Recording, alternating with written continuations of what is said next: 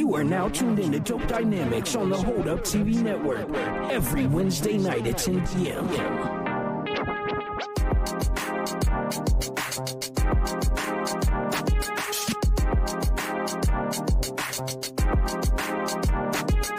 This is another sensational experience.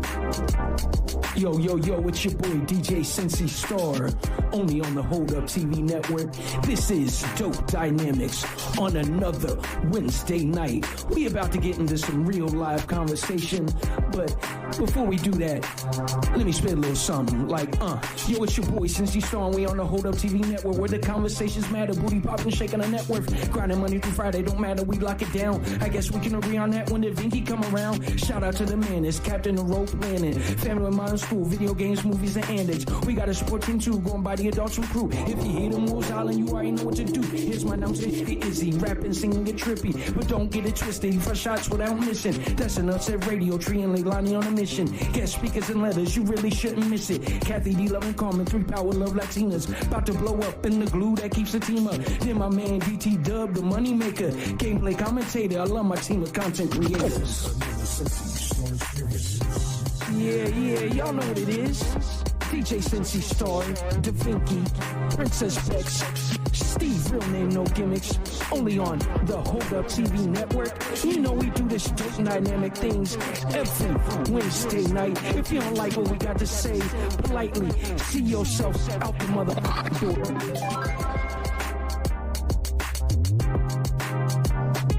So you came for some dope dynamics. Well, you in the right place. Hot topic and controversy. What we might face. Having fun and politicking, no matter what we might say. It's opinions on the table and there ain't no right way. A collection of individuals who could be night and day. 4 members at the table going through it the harder way. And won't be pacified just cause Juneteenth is a holiday. We gon' hit you with this MJ, but the fade'll never fall away. Feminists are up and best believe they watching. She got the knowledge and dish out more than Stockton. Real name, no gimmicks, and can't nobody stop it. The Hold Up TV network armed and we locked in. Princess Bex, if you're nasty, yeah, you should watch it. Always keep the crown on, even when she talks shit. I'm the beast slayer, so you better cop quick. You can mic for me now, but I'm a DJ till I'm top. You heard what it is. We are now just moments away from Dope Dynamics, exclusively on the Hold Up TV network. You are now listening to DJ Sensi Star on the Hold Up TV network.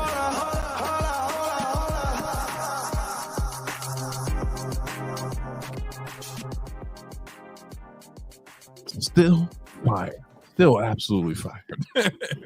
One of the coldest openings ever. What is going on, my brother? Hey, what's good, man? Dope Dynamics back for another shenanigan.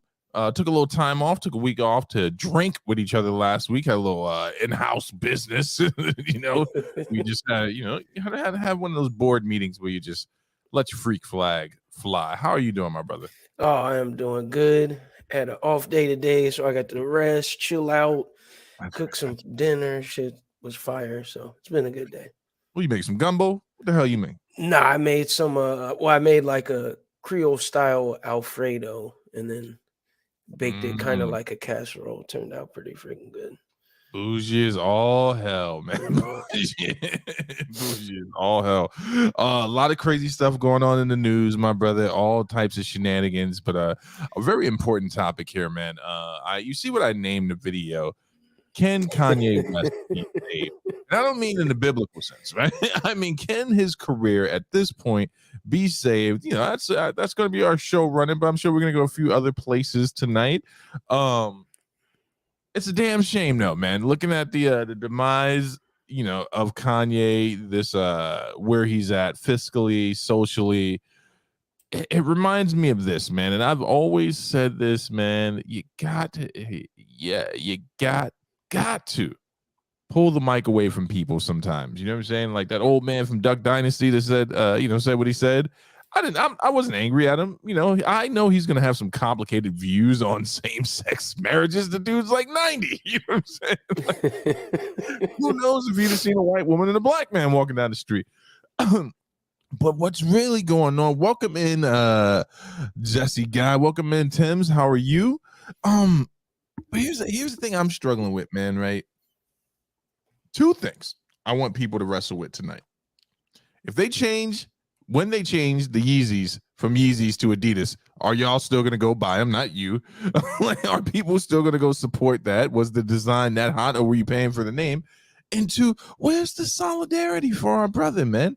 Why aren't we coming to Kanye's aid? You know, like, where is the love? What did he do really? You know, just in the background. Also, some other stuff going on. Cardi B going back and forth with Madonna, who apparently, came out, said some things on social media that these women, these new hot girls, could attribute their success and their freedoms to her, and her paving the way as the original thought bot. You know what I'm saying?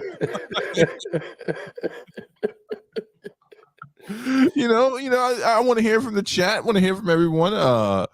Yeah, we got some other stuff going on. Since where you want to start while we wait?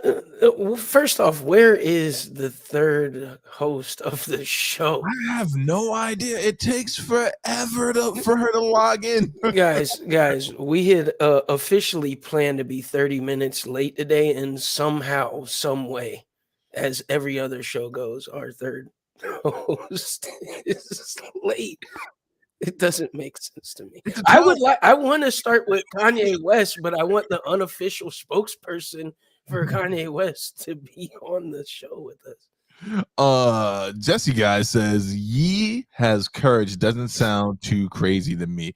Okay, I could dig it. Tim says, hey guys, and celebrates the Thoughtbot comment. Before we get there, did you jump into a fanboy at all last night? I got to see like the first part of it, but I didn't see the whole thing yet. Well, I was banging on Mantis. Mantis is of Haitian descent. I am of, Creole descent. I don't know if you know that there's a thing there, right? I'm up on all the bullshit. I know where all the beefs are in the community. I'm always willing to air out our private shit for follows. But I had to bring it up to him last night, man. I feel like, speak of the devil, there's the Mantis right there. I feel like these Haitians have really, really looked down on us Creoles, us real Creoles. You know what I'm saying? With the real slick back for years, man. And I had to get at Mantis about that last night. I had to come at him a little bit. I love my brother.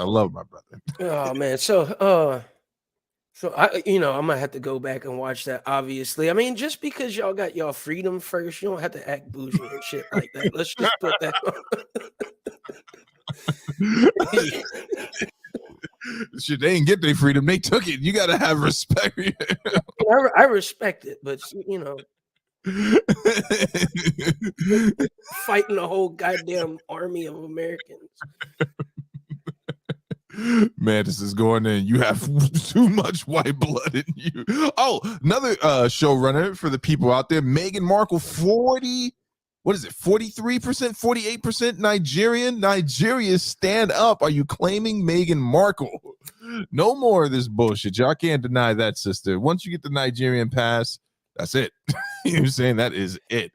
So, since you got anything you want to jump out the window on right now while we wait for Bex? Listen, while we're waiting for Bex, I am going to do something a little bit different. I'm just going to go with some lesser talked about world news real quick. Don't really have to dive into conversation, but I want to bring something up. I read yesterday and the day before that there are a few groups of troops in Russia that are now starting to mutiny against Putin because they're not getting paid. And I thought this was one, I mean, clearly they're in shambles at this point. But what really got me thinking was like, what are other times that an actual military force started a mutiny, right? Right. The kicker was everything I found was actually American forces that didn't get punished for their mutiny. So apparently it happened a few times, but the two dominant ones was once during the Revolutionary War. They had a group of soldiers from Pennsylvania I that knew they it. got stationed in Jersey. They hadn't been paid for like 2 weeks, three Right, weeks, and they were like, fuck it. So they literally walked off the battlefield, right? right, right, right. They were threatened by the generals that there was going to be repercussions. So there was another battalion sent after them. And after that battalion met up with that group of soldiers that Right. already walked off, they ended up joining them. So nobody ended up getting punished. The other time was right after World War II. This was another one of the major ones. Right after World War II, it happened because people were mad that they weren't bringing the troops back home quick enough. So Mm. apparently 20,000 total troops decided they were going to do mutiny and never got punished for it because they were able at by that time, veterans had so much influence on politics and stuff. They played that role to where it was like, if enough of us do this, there's no way they can punish all of us. And they ended up getting away with it. And was it Truman, Nixon? I can't remember which president it was, but actually was like, we're going to have to do this. And they brought literally half the troops back home within a year after they did that. Really? Yeah. It's crazy, the whole Putin situation. It's crazy because the propaganda machine works both ways, right? And I had read the same article, watched the clip on CNN. I didn't do any more research on that. I couldn't really bring myself because there's video of the Russian soldiers that you're talking about actually being locked up, and they're talking about the conditions in which they're living, the squalor, their captivity, and it works both ways. So as America is showing this as a sign that Putin is forcing people to fight, it's amazing that his campaign machine, on the other hand, makes it seem as if though everyone's in on the war, right? But I believe, we don't know, I believe that a lot of these reports are accurate, that obviously, people were in on it at first, and then the draft started, right? And he started conscripting people against their will to fight the war in Ukraine. And it's an interesting thing, man, because the war, according to him, is going great, right? It's going great, but it's hard to occupy a country. I think we've learned that time and time again. It takes a vast amount of resources, takes a vast amount of bodies to hold occupation, and then the initial push is extremely successful until they start getting into guerrilla tactics. Obviously, we know this from Vietnam, right? It's like, and we know this from Afghanistan, and it'd be interesting to see how this. No, not really interesting. It's terrifying to think about how this is all going to play out, man, because here I am quibbling over whether or not Kanye is being treated fairly, but the actuality of it is, we have a real moral question here. Does America need to intervene in this war when we haven't even fixed the pipes in Flint yet? You know what I'm saying? Like, Right. what are we going back to policing the world? And it's crazy, it's scary, and it's crazy, but could you imagine living in Russia right now? Holy smokes, there she is, Princess Bex. Bex, I want to ask you a question. When I said I was going to come in at 10:30, did you say did you say I'm coming in at 10:56? Was that the move? My computer is janky, okay? So it took me a minute to log on. I was ready and I was waiting. You just next time just turn the computer on. Now we're officially here. D, what's up? So, Cynthia and I were just discussing world events, Putin forcing mofos to go to war. But now let's get to what the people really want to talk about. One Kanye Yeezy West, aka Dapper Dan, aka Mr. Slick, aka put the mic in front of me and watch me pop off. Kanye West, I want to know why you treacherous black people are not supporting this brother in his time of need, man. Where is the intervention for Kanye? Where is the healing process that we are extending to the thugs on the street? Why aren't we extending this healing process to Kanye? Why aren't black people threatening to go to war for Yeezy? That's what I want to know. I thought that we were extending like the healing circle. Were we not?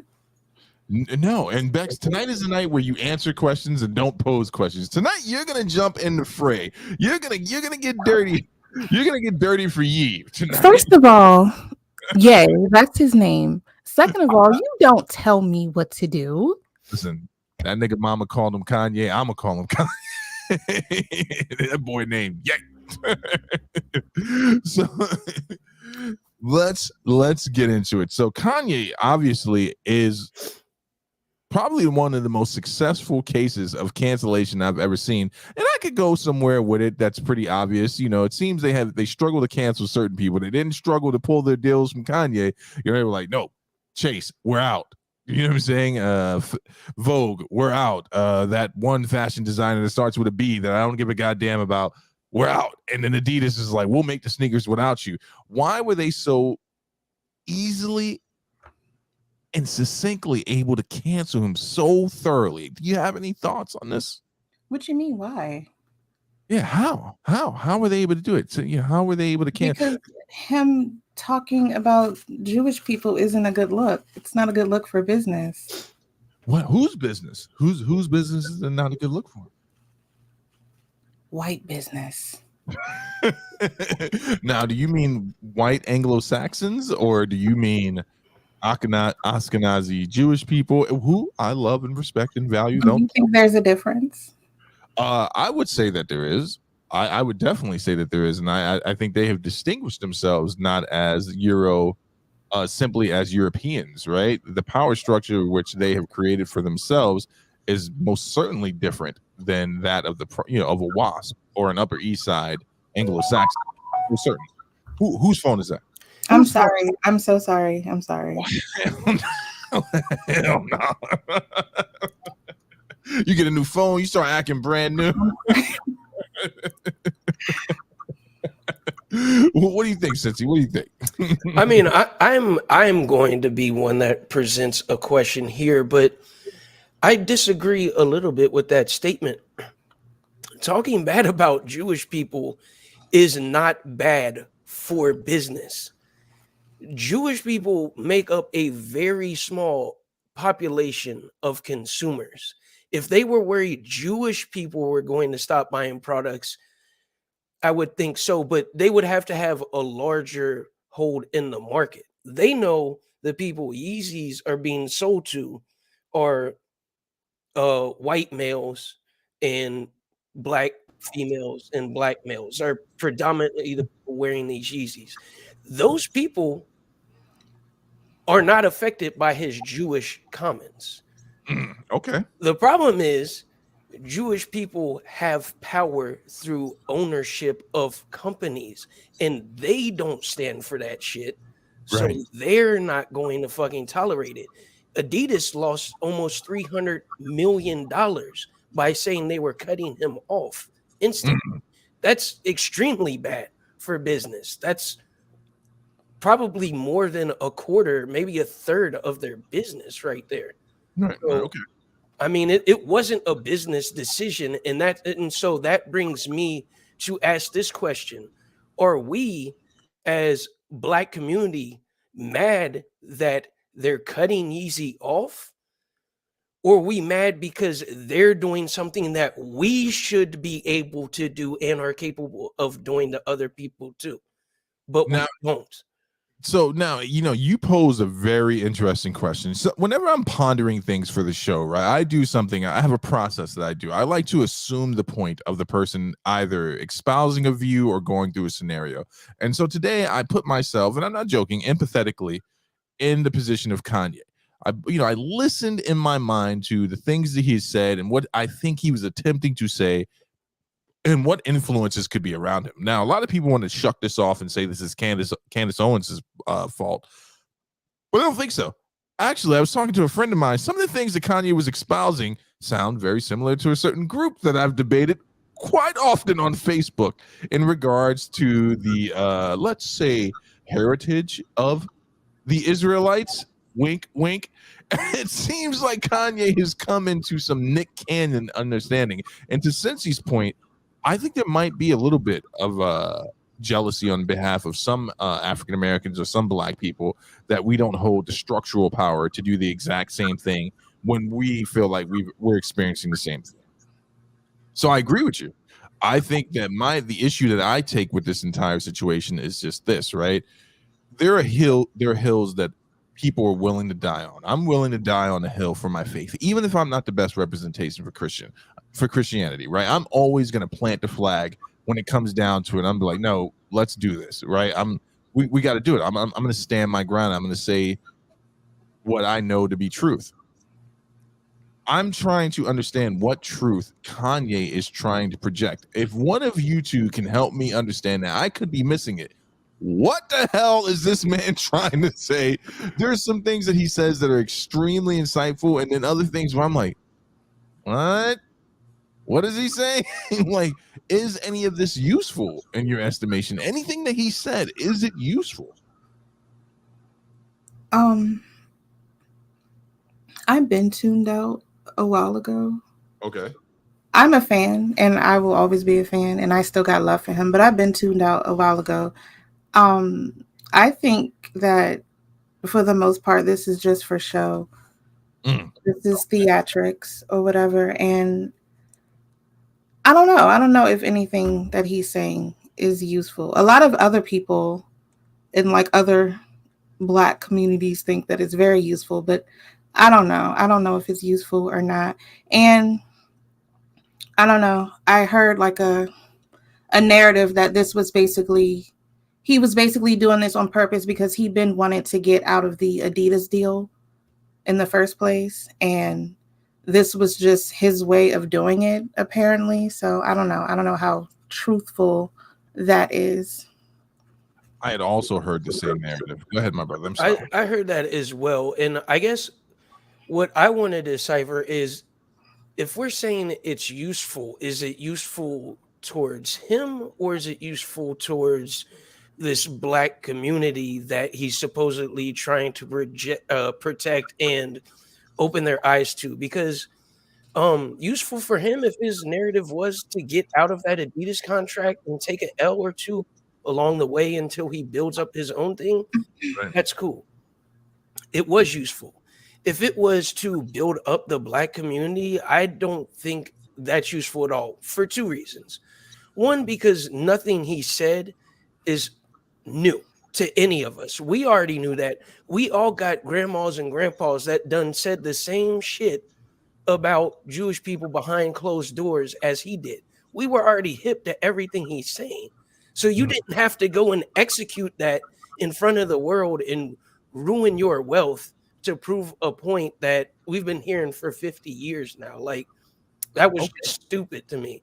Secondly, I just personally think, like, the more and more I think about this, the more and more I think we should have canceled him for what he has said to us.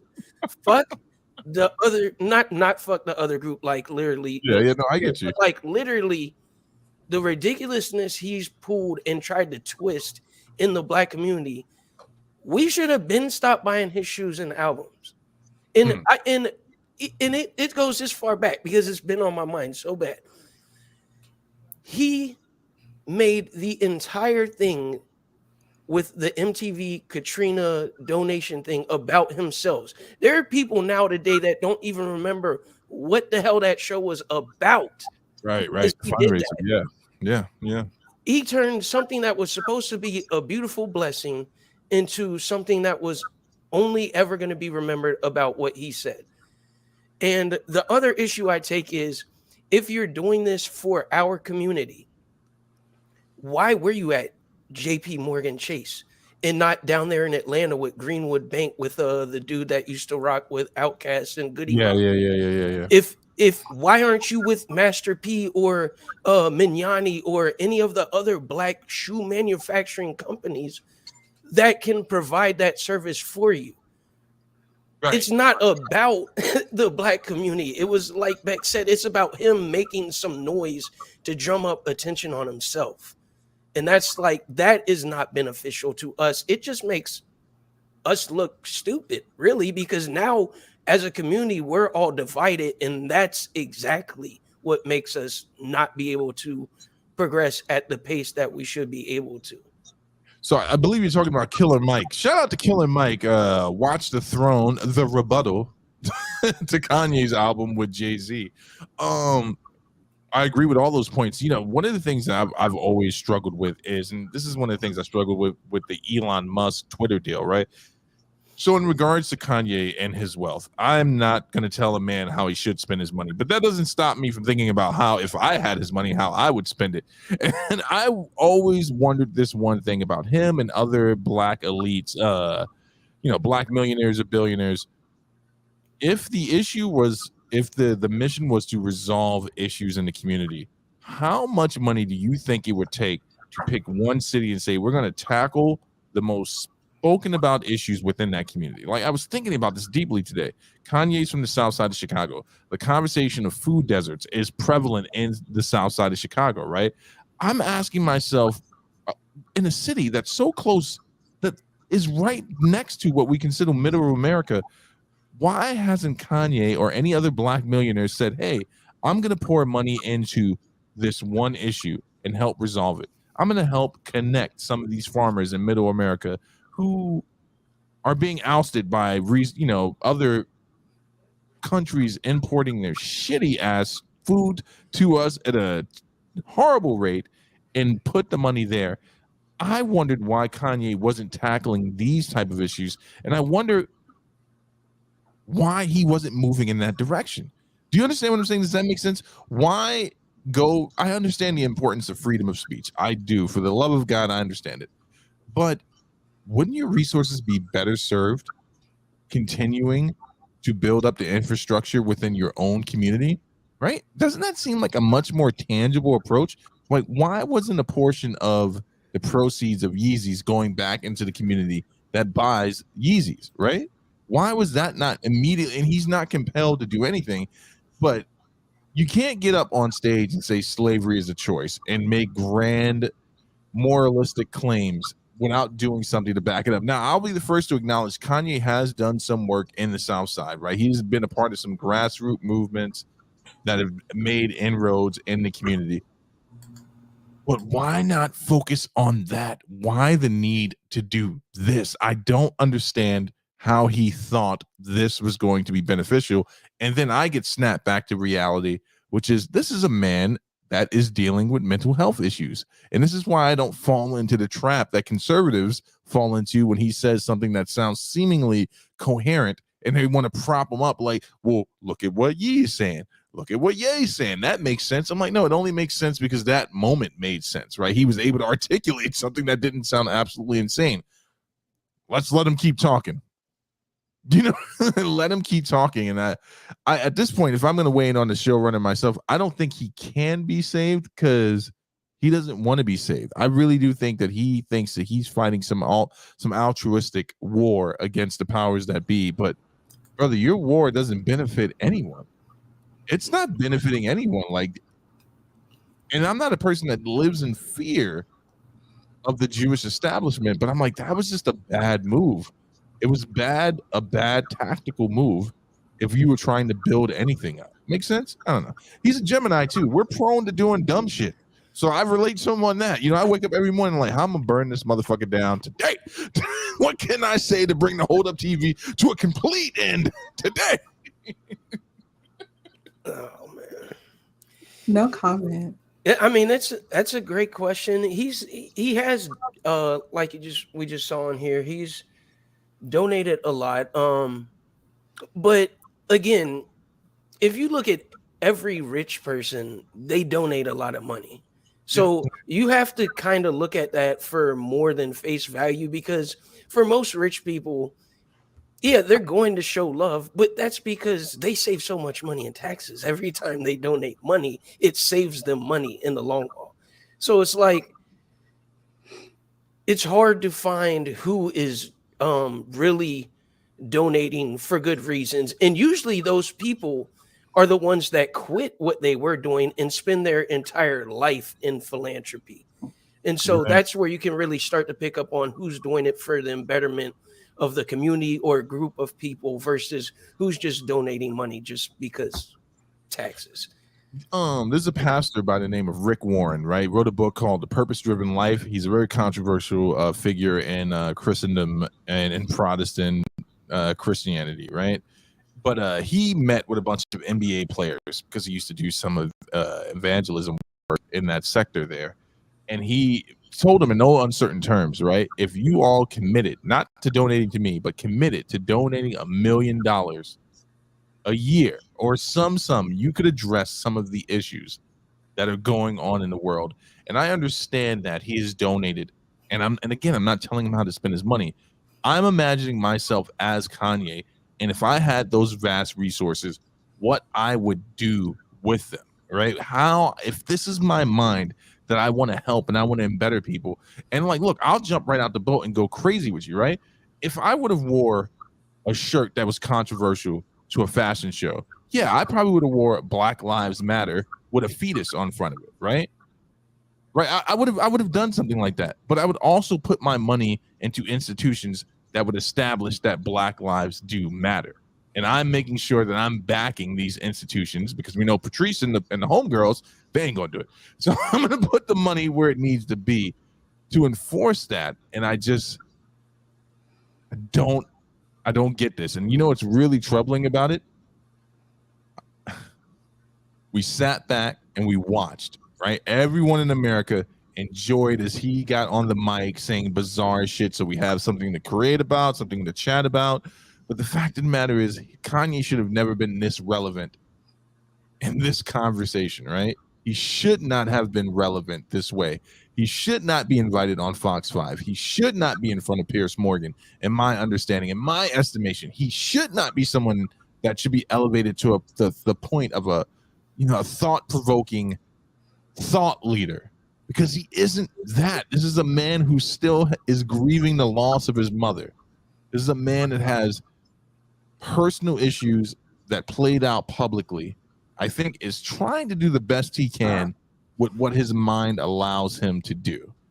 And I think that we should stop hoisting these people up for political gain one way or another, because the Dems are guilty of it too, right? They'll pick someone and they'll make them a champion, and then we'll find out that this person's got mad skeletons in their closet. And I just think that in this instance, it was so swift, the response to Kanye. Now I'm going to draw a parallel. You know, I don't like to scream racism unless I actually feel like there's something to say here. Ghislaine Maxwell, that woman, the greatest pimp that ever did lived. How can she be a madam, right? I'm gonna draw a contrast here. Just stay with me. How can she be a madam if the hoes weren't going anywhere? Do you know she might be the first pimp to ever get convicted without us knowing where the stable was headed? Do you know that? Like, so how is it that we were able to so swiftly dismantle Kanye, but we still don't know who this woman was shipping young girls to other than the prince? Where's the balance in all of that? You understand what I'm saying? Like, where is the balance in all that? How are these people still lurking in the shadows, but this idiot is completely done? Why isn't there a public outcry for more information on that? I agree with you. There should be more public information about that, but I will present it in this way. Kanye West, as an entertainer, actively has to seek out public attention to stay relevant. A lot of these other people don't need publicity. So if you're already in the shadows, the media is less likely to pull you out of the shadows because they know Kanye losing his shit is going to mean, I shouldn't say mean more, but it's going to draw more eyes than her information, especially after they took down what's his name, who was the popular face of the whole sex trafficking thing. But Thank you. You're talking about Epstein, right? Yeah. When Epstein accidentally committed suicide. Yeah, no, I get you. And D, I hear what you're saying. D says, I heard a lot of people say that same thing, Steve, but once they get the money, they forget about it. No, I promise you I wouldn't forget. I promise you, because y'all wouldn't let me forget. You know what I'm saying? I would expect people to hold me accountable to the things that I say. Nothing would make me happier. Nothing would fill me with more joy than to actually act out in my mind, in reality, act out the things in my mind in reality, improving our community and other communities, man. Before we jump off of this and we get to that beautiful Nigerian princess, I want to talk about one more thing in regards to Kanye. Now, I just want to put a few people on blast, right? Before I get really deep in my cup. For all you people that bought those shoes when his name was on it, are you still going to buy them now? Because I don't understand how you could do that. I don't understand how you could do that and not feel like a hypocrite, because now there's really no reason to buy them. You have no excuse. You're not supporting a black entrepreneur. Now you're officially supporting just another company. And it's not like they were that dope. I mean, I hate to be the one to tell you, they look like big ass slippers, right? You own a $300 pair of shoes that should be in the back of TJ Maxx. No pun intended, since they rejected Kanye. Like, that's what those shoes look like to me. They look like garbage shoes that you find on the bargain rack at Marshall's. You know what I'm saying? Like, I bought a pair of shoes at Marshall's. I was like, are these Yeezys? And that's how ugly they were. You know what I'm saying? So this all exposes the hypocrisy of this entire thing, man. It's hunting season on Geminis. That's what it is. What? That's cool with me, especially if it's Kanye West. Because here's the thing: one, those shoes were ugly as shit. But two, what really has been exposed here is our community's desire to elevate people higher than what they actually are. And what I mean by that is, this whole last 10 years, we have been praising Kanye West as some brilliant fucking businessman whose mind is sharper than everyone else's, and he turned whatever he came from into Chicago into $1 billion. Come to find out, he gets dropped from Adidas. The motherfucker don't even own the damn design to the shoes. So now he's completely back at scratch. Come to find out, this motherfucker only owns like 10% of his publishing. Come to find out, his value of his masters is $110 million that he doesn't even own. This guy literally has no assets, and it's all coming out now that all this is happening, that he's not really the mastermind we thought. He was just marketable to the people who actually were running the shows. And side note, Yeezy stole that damn shoe from Nike's Flyknit collection and just uglified it and put his name on it. And before we get off of this, it is about the way you say things, because whether you thought what he was saying was factual or not, there's one successful group in rap history that called out all these same people in front of the Jewish people that were paying them and still had success and didn't get canceled. And that was Public Enemy, in particular Chuck D, because he was eloquent and educated and thoughtful about the way he said all this. Who was that? Chuck D. Okay. So yeah, let's talk about that for a second, right? So this is a conversation that can become entirely uncomfortable if you're not familiar with this the topic, right? And it's funny because I just jumped in the server of a group where there's someone who I'm wanting to have on Conversations That Matter, because I feel like some of my conversations with the Hebrew Israelites haven't always been fruitful. I wasn't at my most maturest, and I was more concerned with proving them wrong than actually having a dialogue. But in regards to this whole conversation surrounding who is the original Israelite, you know where I stand on this type of stuff, Cincy, Bex. I do not want to see black people caught up in this type of stuff. I just don't, right? I don't. And this is my personal statement here. I'm not speaking for my co-host. I have a strong visceral reaction to this claim for one reason, right? I wake up every day proud to be a black man, and I don't want to be anything other than the black man. And that's why I struggle with this conversation. For all my FBAs and ADOS, Hear me correctly, man. I'm saying that like I am proud to be a black man. My heritage is that of a triumphant descendant of people who were forcibly brought to this country, right? And I am blessed to be their ancestor because they died, they marched, they were massacred for me to be where I'm at right now. And I'll be damned if I sell that out to be anything other than their descendant, right? You know what I'm talking about? The ancestors. Those are my ancestors. I don't know about all this other stuff. You know what I'm saying? And so when I hear people making some of these claims, that's where I'm like, yo, Kanye, the Nick Cannons, the Nick Cannons, you made a very valid point. These are just celebrities, right? And they are not tested when it comes to these type of matters. And that's as deep as I can get into that without a representative of that group up here. You know, I'm not going to put that on Bex. Not going to. Can I? What? Nothing. Go ahead. Okay. Can I go back to something you said earlier? You said that we decided to uplift him or whatever as a community. Okay. Is that what you said? No, that's not what he said. Since he said no, you said that. No. I said that we hoisted him up. Like we hoisted him up. And then since he also said that we made it seem as if though he's this amazing entrepreneur, when it turns out when the books are cracked open, he isn't as great of an entrepreneur as you thought. He's just another rich man that had equity and lines of credit extended because of his business ventures.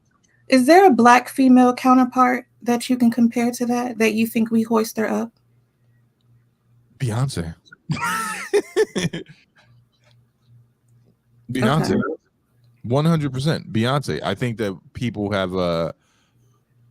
often look at Beyonce and they don't have an understanding of how business works, where Jay-Z is probably further down the road than she is in regards to business and assets. Like he owns his own masters. So whatever they're valued at, that's all him.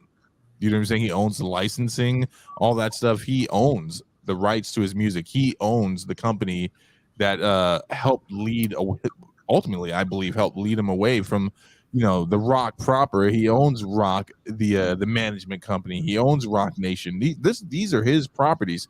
He was transparent that he only owned like a percentage, like a small percentage of the Brooklyn Nets. I don't think Jay has ever tried to pretend to be anything than he ever was. He was trying to build towards what he is now. I do think there was a lot of shucking and jiving in regards to Ye. In fact, I had a conversation with someone the other day, and they told me that Ye was the richest black man in history. And I'm like, that cannot be true. It cannot be true. It can't be true, because I'm like, his capital to me kind of came out of nowhere. One day he was in debt, and then the next day I knew Forbes was hoisting him up as a billionaire. And I'm just saying, look at how quickly that billionaire status was lost once we realized that he was being valued by his attachment to this brand, right? Yeah, exactly. That's one thing I do wish Forbes would change. When they're evaluating people's, you want to know who's really, really rich, you look at their liquid assets. Shit that is essentially cash. So we have Kanye West as a billionaire, according to Fortune, until this Adidas thing happened. But even with that, we had him as a billionaire. Turns out his liquid assets is only worth 140 million. So he's not even a quarter of the way to being a real billionaire. You could do the same thing with say, a company like Microsoft or something like that. But even if you took the valuation of Microsoft away from Bill Gates, he's still a multiple time billionaire. Mm-hmm. So it's like we need to see that, because no, Jay-Z might not be evaluated to be his worth as much as Kanye, but how much of that, like you just said, is actually his? And if it's all his, and the stuff that isn't all his, he's upfront about, that 800 million they say he's worth sounds really nice right now compared to the evaluation of $1 billion based on stuff that you don't actually own. Yeah, my 800 million is my 800 million because it is mine, right? Even if I lost my branding, like Michael Jordan's money is his money. If he lost the branding, like he owns a team. Period. Period, point blank. But in regards to hoisting Kanye up, I just want to jump back to that. And I want to be really clear what I'm saying. Both sides have done this in regards to Kanye, right? Both sides have hoisted him up as something, because I remember since he brought up the whole thing about Katrina, it's funny how the zeitgeist has changed over the years, because when he said it initially, there were a lot of black people who had a negative response to him saying that George W. Bush didn't care about black people, right? And some of those same people are now saying, what happened to the young man that said that George W. Bush doesn't care about black people? I'm like, yeah, but look at how the pendulum swing. You weren't willing to stand when he said it then, right? And by your criteria, by their criteria, some of these people, that would make you an Uncle Tom, right? You were wanting to suckle at the nipple of George W. Bush. And when this young man said something that, arguably could be true, right? The data suggests that maybe it wasn't George W. Bush, but no one seemed to really care about what was going on with those poor people in the wards, right? Being completely displaced. I find that interesting. I find it interesting that as Kanye began his ascent to becoming the mogul, quote unquote, that we saw him as, so many people modeled themselves after him, and they were saying he's a genius, he's a musical genius, he's an engineering genius. I'm like, that's a tough sell. I don't know. I don't know. I think people are fickle, and I think that the cancellation of Kanye is a twofold thing. It's typical crab bucket behavior, right, from the community. I think there were a lot of people waiting for Kanye to fall. Two, it's a typical manipulation of the Republican Party or any political system to have a black man up there saying what they think votes their way or validates their point. And now Kanye, I'm sorry to say this out loud, I'm really trying to refrain from using the N-word, but Kanye is having his nigga wake up moment right now. And he's having it in a real way. Now, I want to see how he responds to it, because he did give a soft apology, but that's what it is. 100%, that's what's happening. He's having his Sammy Davis Jr. moment right now. No pun intended. You think he's really canceled this time around? Once they hit your pockets, you canceled, right? If they can successfully get at your pockets, by my estimation, you're canceled. The only reason Dave Chappelle isn't canceled is because Netflix is like, well, we already gave him the money. Like, we ain't canceling shit. We need to recoup this. And like, once they get at your pockets, you are truly, truly, truly. And that's the only way I could be canceled. Get at my pockets. You know what I'm saying? Like, publicly, Kanye, if he wanted to, he can go and do social commentary on Rumble or alternative platforms on the same server farms as the farms that just, other companies that just kicked him off. But when they get at your money and they're able to close you out like that, yeah. Yes, Dreamers broadcast. Suckle the nipple. Some of these mofos calling Kanye and Uncle Tom are the same fools. They were like, I can't believe you said that about Mr. Bush, Kanye. That's a wrong way to be thinking. Yeah, I remember you guys. I'm 40 years old. I'll call you out by name if you get gully. All right. Let's Am I wrong? Y'all don't remember black? No. There were some black people who were like, I can't believe he said that on and I'm like, what? Yeah, them same folks showed out for Donald Trump too. those folks show out for Donald Trump. Those are the same folks when Bill Clinton moved his quote unquote office to 125th Street to the Adam Clayton Powell Boulevard Plaza. They were like, here we go.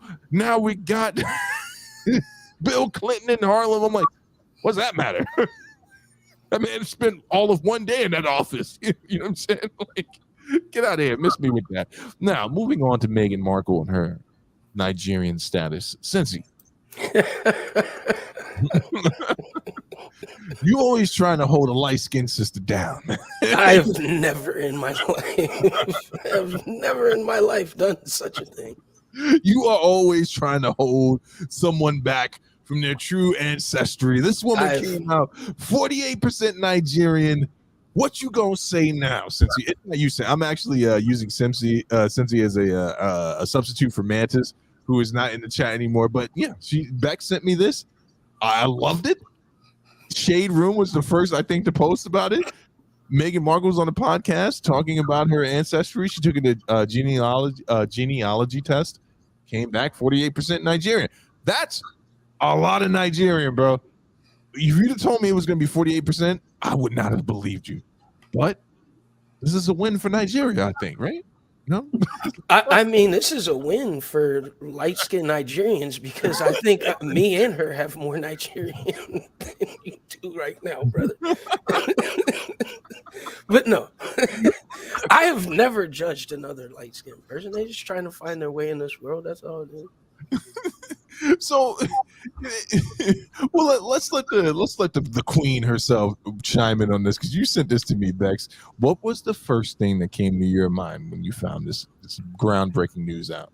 I thought we knew this already. I didn't think that this was new news. I mean, her mom, I figured she was some type of African because her mom looks African to me. So Don't we all?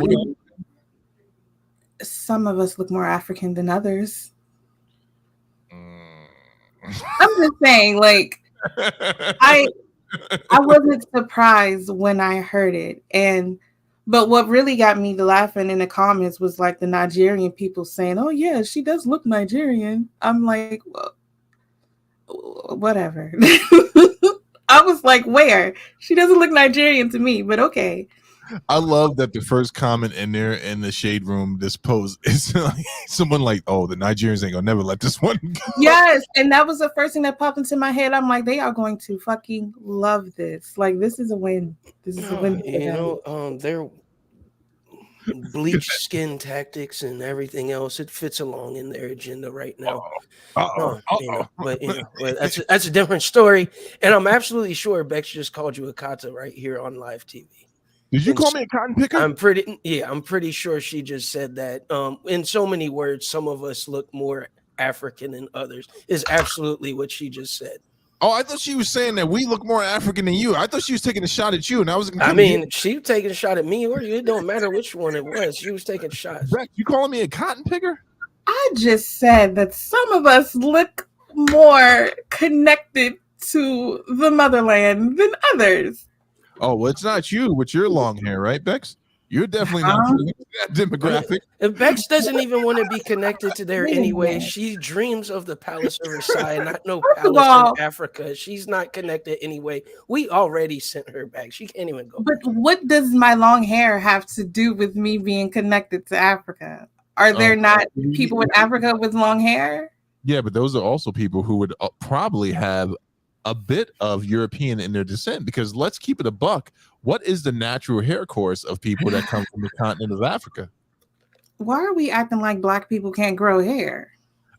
Don't do that.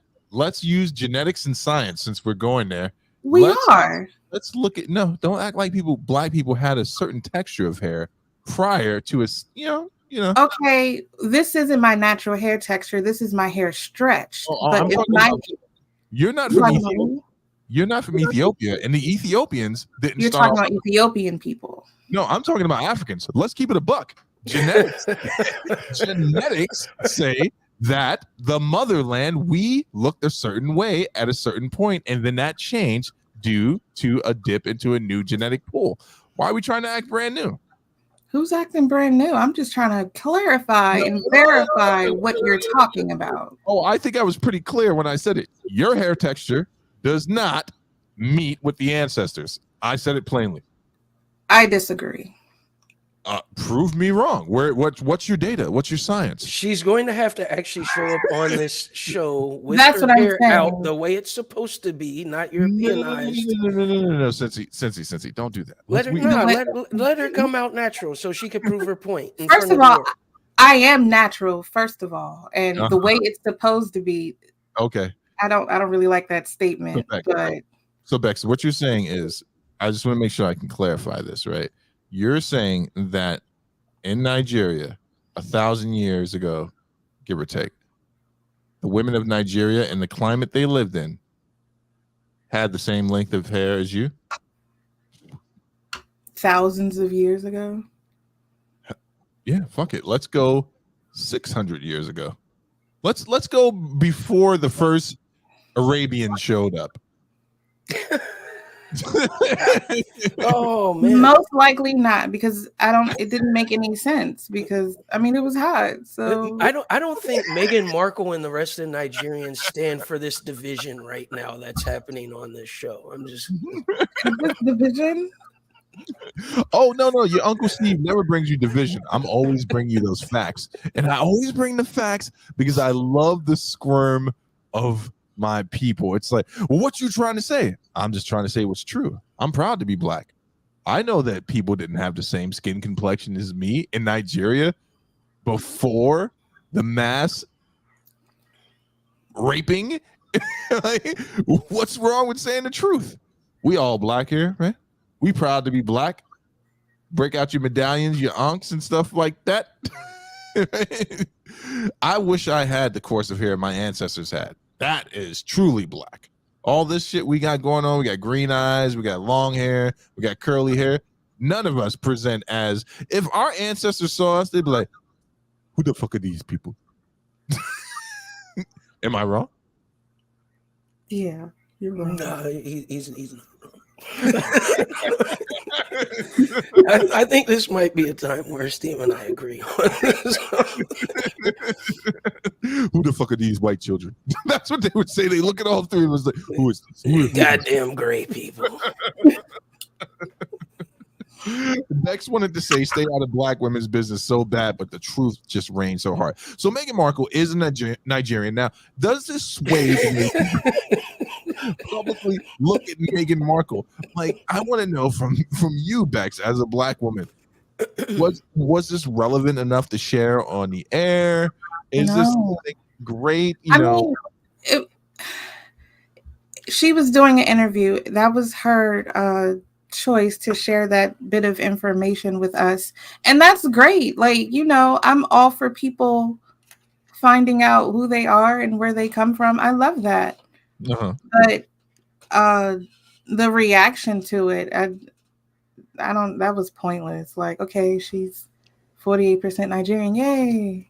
That's it. That's all we should have did. Like that's nice, and then we should just move on from that. What percentage of Nigerian are you?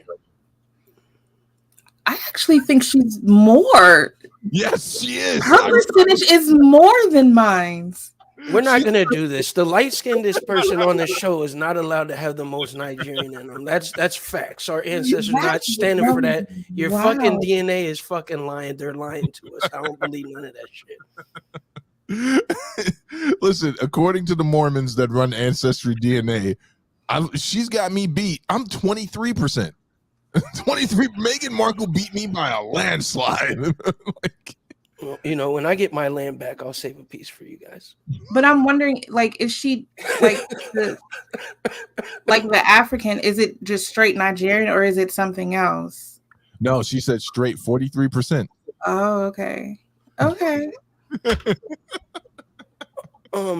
You know what? I mean, I'm glad, like Beck said, I like when people do find out their ancestry, all that stuff, where they come from. But at the end of the day, they was already treating her like she was a black woman. It's not like she had, she might have had like Obama level light skin privilege, but they were definitely treating her like a black woman. I mean, let's not lie about that, though. Yeah, that's true. But I think it's the black people that are overreacting. Like, why are you guys overreacting? Wait. Let's delve into that while I'm trying to figure out what this cord is that's touching my leg, and hopefully it's not going to electrocute me. Let's delve into that. Why is it wrong for the black people to celebrate this? Why? I don't. We can celebrate and congratulate her for finding out who she is, but I don't know. I feel like we're doing too much. Like, simmer down. Now, let me ask you this question, Bex. I just want to pose something to you. Knowledge of self. Back in the day, right? I'm gonna have a lot of people mad at me for this episode because, again, I just like to hold the mirror up. I'm of an age where God has blessed me to remind people of the shit they've said in the past. Knowledge of self. This strong sister has now found out how connected she is with the continent.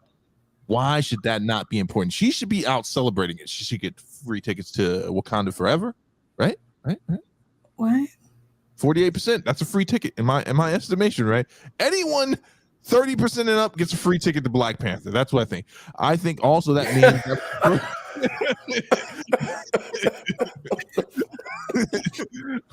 I think that also means that we had a Nigerian princess. What? She was a princess for a little while, wasn't she? Yeah. So it also means now the point about the Little Mermaid is almost validated. See, we're moving in the right direction right here, right? What? Oh my God. We're moving in the right direction. I don't know why. What are you talking about? I don't know why you're trying to take this from Meghan Markle. This is. I'm not trying to take nothing from her. It's a proud moment. What are you saying? Is she? Actually, you know what? Bex doesn't want us to celebrate this. Yeah, I think you are trying to take this from her. How am I trying to take it from her? I'm happy for her. I'm happy that she knows who she is and where she comes from. But that's it. I feel like, like just leave it at that. Like, congratulations. Can't even go to a WizKid concert. Won't let her go see Burna Boy. Like, come on. You're happy the same way I'm happy when I'm play hating on someone. Oh my gosh! Like, where's the Vinky? God damn, the light skins are winning tonight. It's fucking amazing. Okay, let's get off Meghan Markle because more than I'm worried about Jewish people, I'm worried about some Nigerians showing up and be like, I do not like the things you said this week, Steve. I'm like, I don't give a fuck. Like, it was yours. You deal with that shit on your own time. So, Bex, you had some steamy topics you wanted to get into. Since you were not allowing Meghan Markle her Black Queen diamond, what other diamonds are you thinking about tonight?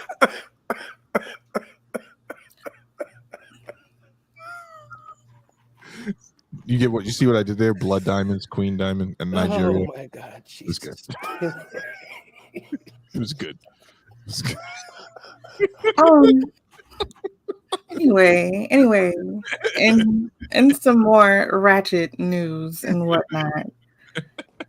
So, Nicki Minaj is beefing with the new rap girlies or whatever. This time around, it's with Lotto. So this started when Nicki's song, I think it's called Super Freaky Girl. Right. Despite it being at like the top of like the Billboard rap charts, the Grammys, they're putting it in the pop category.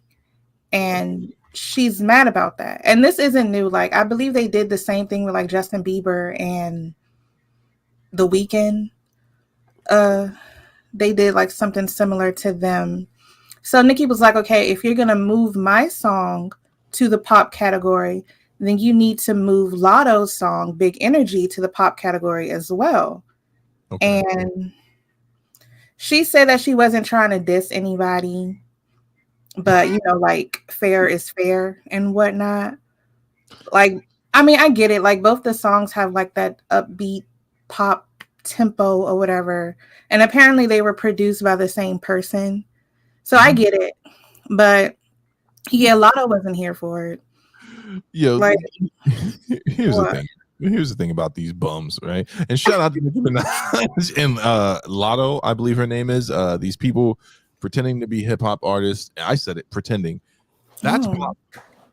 It's pop, and it's been aptly put in the correct category. I would say that F&F may not be what I would consider classical hip hop, but that shit is hard, right? Yeah, it's the worst thing to come out of our community since that motherfucker with the rat, the mallet chasing the chicken around in the Midwest. Worst thing to come out of the community, for sure. But I would not make that a pop song. Any song Nicki Minaj makes, if you tell me it's being categorized as pop, I'm like, okay, that makes sense. Because she's a pop artist, right? She puts the pop in hip hop. I don't know why she would get upset about this. In fact, if I was Nicki Minaj and, you know, she can come for me if she wants, I'm a bum, a nobody. Be happy that this is what people are talking about and not the issues going on in your private life, right? Like 100%. Yeah, you want to put me pop? Cool. That means you guys have not canceled me. Now, there's a person I'm surprised has not been canceled, right? But, you know, the scales are not balanced when it comes to that approach towards women. That was brought up in like their whole argument. Like, Lotto went to Twitter because that's where everybody goes, and She was claiming that Nicki was bullying her and she was subtweeting her. Hell no. And she called her husband the R word, and she called her grandma. And as she should. Lotto mentioned in an interview that like Nicki, she's been running a female rap game for a while now, but there are a lot of female rappers, like close to the top, coming for her spot or whatever, and Nicki didn't like that. So that's that. I wanted to slide over to like the Madonna situation as well, because they are kind of connected. Madonna wants the younger industry hoes to put some respect on her name, apparently, because I guess she's claiming that she's the OG of the industry wholeness or whatever. She is. Okay, but she basically feels like she walked so Kim Kardashian and Cardi B and Meg Thee Stallion could run or whatever. And listen to me. If that white woman had not made like a virgin, you would never have had Adina Howard, a freak like me, and you would have never had any of this stuff. She took bullets back in the day for being who she was. She definitely is a trailblazer when it comes to the thottiness and you know what? I'm not arguing with that, but first of all, like Janet Jackson would never, Tina Turner would never, Diana Ross would never, Cher would never. Like this, it seems to be a lot of like generational beef between the females in the music industry, and I don't like it. Like instead of these older women, sitting in their queen status and whatnot, and passing down the torch to these younger women, they're passing down hate and envy and jealousy. And I'm not saying that ageism isn't a thing, especially in the music industry. And I know women are sensitive about their age, but and we shouldn't ignore ageism. But I do believe that, and I do believe like with Nicki Minaj, there probably are some forces behind the scenes trying to force her out of her spot. She's been out of that spot forever. Why are we pretending like Nicki moves units like she? I'm not saying that she does. To be honest, I'm not even a Nicki fan for real, but I see like they are trying to put like other females in her position, and I'm not. Okay. I understand why she's feeling a certain type of way, but I'm just saying like, okay, you got to let the younger girlies have their shine too. So, and as for Madonna, sex was here before Madonna. She didn't invent sex. No, but she didn't. Sex will be here after Madonna. But Madonna did it at a time where there were actual consequences for being the way that she was, right? It's amazing that she made it that far. And two, I'd like to make a point before I forget it. Are you expecting ratchet thoughts to pretend like they're ladies? That's counter. No, I'm not expecting anything from them, but I'm just saying like, you know what? You're right about that. I don't know what I was expecting. I don't know what the fuck I was expecting. I'm expecting something to have some type of grace though. Like these are whores. They're going to whore appropriately. Like I said last night, street trumpets going street trumpet. And as soon as you start moving in on the fucking money, it's going to be beef. But this isn't surprising. I'm going to answer the Madonna thing quick, but I got to say this. F&F should have been rap song of the year. There you go. Nicki Minaj was correct from the standpoint that if she's got a pop song, Lotto's a pop song. Nicki Minaj sampled fucking Rick James. So that's a pop song. Big Lotto sampled fucking Mariah Carey, who's a pop artist. So they both should have been in the same category. Yes. But now with that being said, this is not new because this same thing actually is happening right now with male rappers and also also not just in male rap, but in sports too.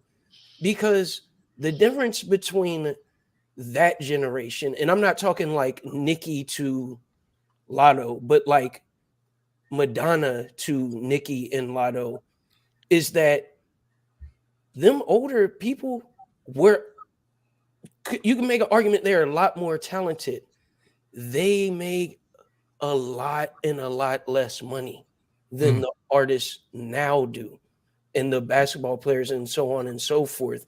And that's where the division is, because they don't understand where these no talent motherfuckers are coming up with these millions, and they dedicated their entire lives to being icons. And at the end of the career, they don't have half of that, a quarter of it. So I think the money is what actually causes the division amongst those generations. Yeah, I agree with you, man. And I just want to circle back to something you said, man. No one's trying to insert anyone into the spot, because welcome to equality, right? You vie for something, you lobby for something, you march for something, you burn your bra over something, and now you get to feel what equality is like. Men in the industry have dealt with this countless times, where it's like, I'm on top, here comes the new guy, I am no longer on top, because this new guy is not only moving more units, but he's more connected to what's considered popular. There's no spot that you can retain. No one says that you get to keep your throne just because of your status. That's why I've never been on this whole thing about Hov and Nas going back and forth over the throne. That's why I don't bow at the temple of Tupac. I'm like, come on, he had his time, they had their time, that's it. Someone new comes in, they're more popping, they're resonating with people. No one's stealing your spot, and no one's pushing it in. And this is the narrative that they tried to push between the beef with Nicki and Cardi. The problem is, in that scenario, Cardi tapped into the streets. The streets were feeling her. Nicki had already been on decline in New York, the city where she's from, because of shenanigans. And it was easy for Cardi to ascend because they were like, yo, this chick's from the Bronx. We resonate with that. And then they're like, oh, she's cool with Remy Ma. Remy Ma is beloved in the industry. If anyone should be on top of all of these women, it should be someone that has actual lyrical talent, which is Remy Ma. When it comes to Nicki Minaj and these people trying to vie for these spots, that's not gonna happen. No, obviously not. Remy Ma is I don't call anyone a queen, but Remy Ma, she's got skills. You know what I'm saying? I think she would body Nicki Minaj in a versus 100%. Like an actual versus, not like catalog versus catalog. I think Remy Ma would body her, and she bodied her on that freestyle upon being released from prison. What's Nicki Minaj going to say to a chick like Remy Ma? I'm going to get at you in the streets? No, you're not. No, you're not. You're gonna out rhyme her. So I reject the narrative that people have been trying to replace Nicki Minaj. But in regards to Madonna's old ass, right? Here's what I'm saying, right? If it wasn't for that, something right quick. Yeah. What do you want to say? I think a lot of the females in this genre are very male identified, and that's why they are acting the way they are, because the attention, they want that attention. This is hip hop. No, we're not gonna transcribe or import any feminist theory on this shit. Is this hip hop? It is they claim to be. This is the spirit of the game of rap. You either hold your seat based off of what you're able to kill, or you move the fuck over. And I get really upset, not you, Bex, and I mean this, and when I say not you, I get really upset when people try to impart this sister code bullshit onto hip hop. And I'm like, where's the sister code in hip hop? This is the way it works. You either drop some hot shit that keeps everyone loyal to you, or you move the fuck over. The sister code does not apply here. And that's why I got smoke for Beyonce, even though she's not hip hop. It's like, she's the queen of what? She's the queen of marketing, right? She's the queen of positioning, but I would say there are many other female artists that are way more talented than her. She's been able to hold her spot because she has industry behind her. I'm happy that Nicki has had to fight and try to maintain whatever relevance, is necessary. You shouldn't be able to gatekeep based off of your name. You got to drop shit that makes the fans feel you. You don't think sister code has a place in this industry? Fuck no. Get the fuck out of here with that bullshit, that sister code bullshit. That shit belongs in fucking neo soul, where there's civilized people. This is rap we're talking about. You either keep what you killed or you get killed. Okay. You better get out of here with that sister code shit. Like, what the fuck are you talking about? No, hell no. Hell no. You don't get to make tracks about fucking pistol whipping niggas and then being like, oh, well, the sister code says that we shouldn't fight. It's just like, you just made a song about killing people. How's the sister code fit? You made a song about stealing a broad's man. Where's the sister code in that shit? No, you don't fucking get to do that shit. And then also listen to the lyrics. Like, how do you? No, absolutely not. Why, you think the sister code should be real in music? Like, I could talk about stealing your man and be like, we're really in this together. Me, you, and your man. I actually originally wasn't even like thinking about sister code or referring to sister code. I was just saying like because there's so much like hypersexuality, like this is a lot of the females are male identified. So at the end of the day, they're going to want that attention. They're craving that attention. They're saying fuck sister code because they want to be on top in the first place. They want that male attention in the first place. Yeah, but I don't think you can put that on the backs of men. I think I'm not putting that on the backs of men. Yeah, that's male their shit. I don't think it's that they're male identifying. Maybe some of them have a cadence like a man, but I think that you are seeing what Cincy described as street trumpets being street trumpets, where there's no code. If you can make a song like F and F, yeah. Yeah. When I say male identified, I'm talking about them seeking the validation and the attention. But that's two different things. Being male identified means that you're being identified as a male and being looked at attributes as a male. I guess. Nah, I guess. That's what it is. Now, if you're saying there are women who seek validation from the patriarchy, then I get that. I get that. That I get. This is what happens when feminists become hip hop artists. Next thing you know, you got old bitches coming out of the left field talking about bend down and pay homage to me. Oh. Right? Back to Madonna. Has Madonna given credit to who? There was no one like her before her. No. When she got famous for her voguing shit, did she give the credit where credit was due? Yeah, she had all of those guys up in the video. Did she? Yes. I feel like she only gave credit because she was forced to give credit. No, she wasn't forced to do shit. Those motherfuckers were in the video with her. They were her major buyers. And don't let them tell you any different. When that song Strike a Pose came out, I remember walking with my mother in the Village and they were bumping it on Christopher Street. And if you're from New York, you know what Christopher Street is. I'm not buying that narrative either, man. She didn't steal anything from gay black men. They were hand in hand with her. They were hand in hand with her. I'm kicking facts tonight. I'm not gonna let people with the false narratives, man. No sister code and no abuse of gay men by the hand of that little Italian woman. They were hand in hand. Okay. I just feel like she made herself the white face of voguing and okay, but whatever. But no one really adopted her as the white face of voguing. It was just like she made a song about voguing. She didn't become the spokesperson for voguing. You know what I'm saying? Like if you know that subculture, it was just like, okay, this person tapped in on it. What's wrong with you, Steve? It's the truth.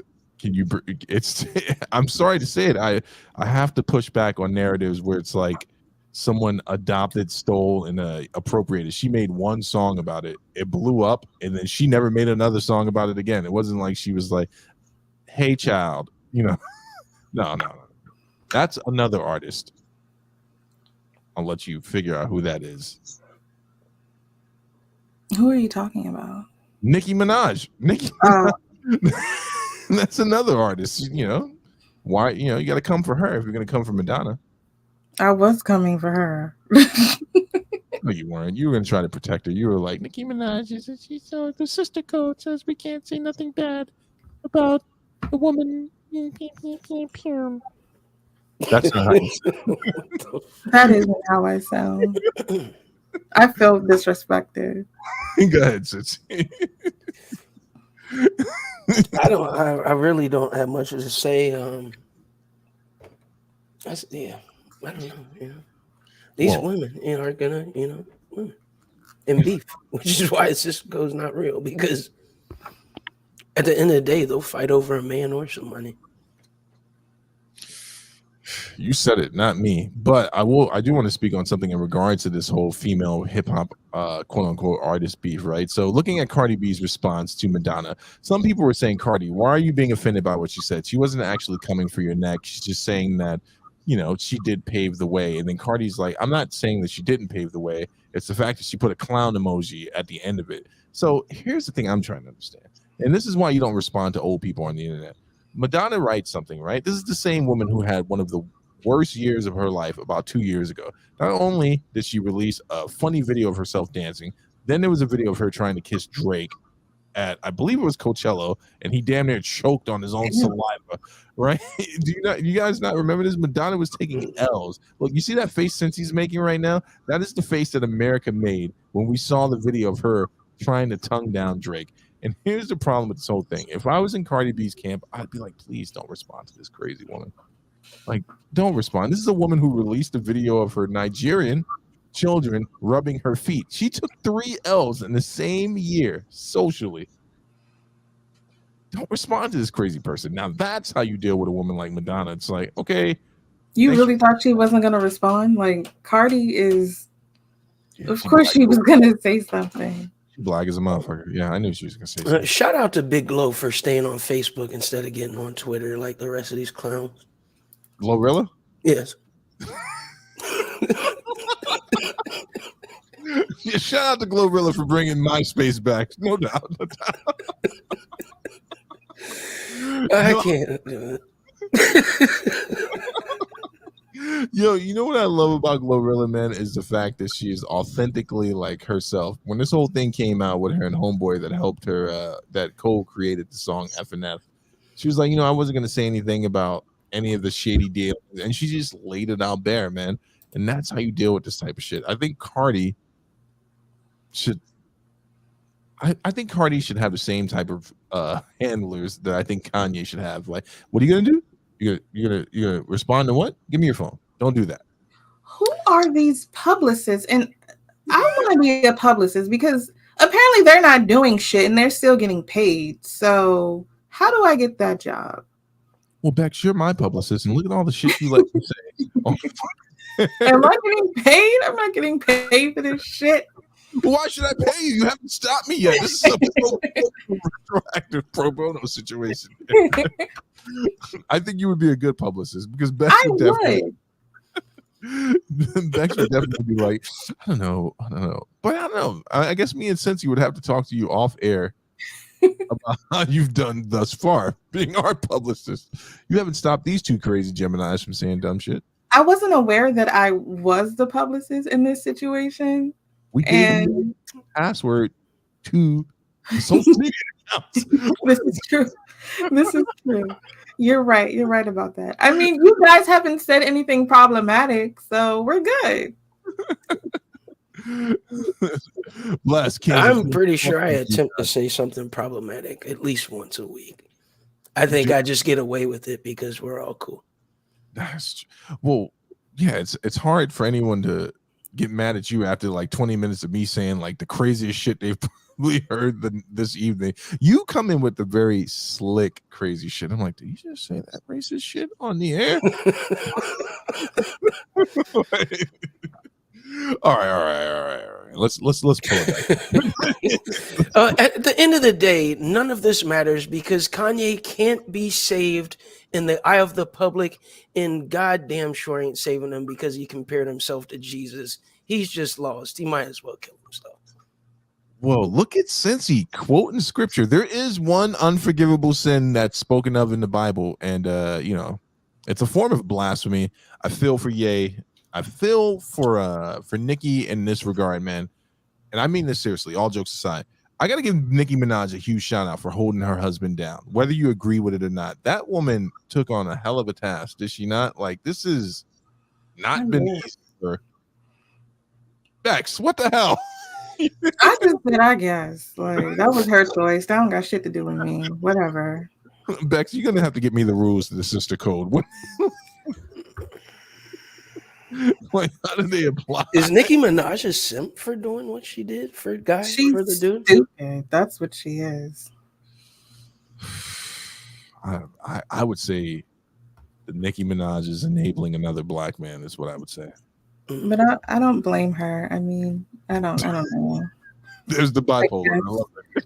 I'm just saying, like, I don't know. Like, with women, you know, she was getting around that age. She wanted a family. She wanted these things, and Right. she picked with who she picked so she can get those things. He poked her down real good. That's exactly what happened. That's probably what it was too. Same with Rihanna. Oh, come on. Don't come for ASAP. Harlem in the house, man. That young, sensitive man. Just saying, I feel like she could have picked way better, but that's just my opinion, and it doesn't really matter. Wait, did you say she could have She said better? she could choose better. She said choose better. She said choose better. I did. I'm just saying, like, she could have had her pick. She went from like a fucking billionaire Arabian prince or whatever the fuck that man was to Rocky. She wasn't. Wait, well, how do you know ASAP Rocky, who said that he wants to be a bad bitch? Like, okay. Well, how do you know the billionaire prince was any better than ASAP? Look at what Janet Jackson went through, right? I'm just saying, you want the nigga who said he want to be a bad bitch? Shout out to Janet for getting the bag, though, right? Yeah, good for her.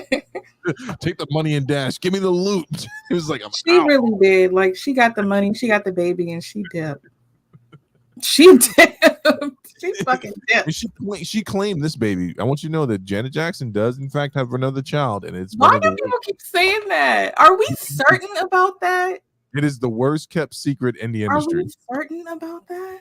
I mean, as certain as there is a Satan, and his name. And is, whose baby was that? That was one of the barges, right? Is that what people? Is that? I don't know. I don't think it was. Was it the DeBarge? It was a Latino gentleman that was one of her backup dancers, I believe, or something like that. Okay. Maybe it was under DeBarge. I don't know if that's true or not. I don't know. This is madness. Kanye can't be saved since he's right. This is the perfect place to end this. Dope Dynamics. Any final thoughts on all this bullshit we've been talking about? Because we didn't fix anything tonight. We didn't save anyone. We forgot to talk about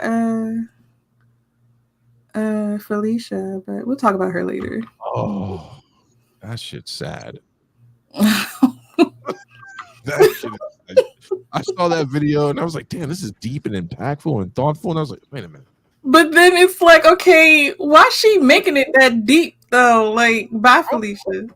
In case you don't know, the actress who played Felicia in Friday she's reporting that she's been traumatized by that role and portraying that character and the things that she's had to experience. She looks like she's lived a hard life. I don't mean anything in regards to substances. I don't know what she's going through, but she released a video on IG that was just so, at first, so poignant. She's like, how many of us know of Felicia? I want to know Felicia's backstory. But this is after she said, I would like to have for Felicia to have a Netflix original. And I was like, huh?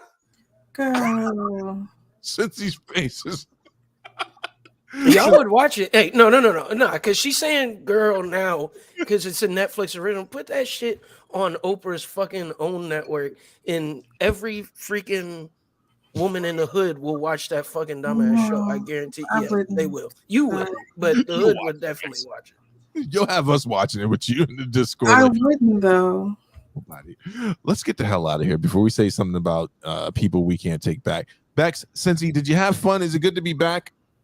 Yes. Good. All you people that stuck around for this madness, you should be ashamed of yourself, but we beg you, please come back next week where we talk about more shenanigans and insane black media. Dope Dynamics. Good night. Night.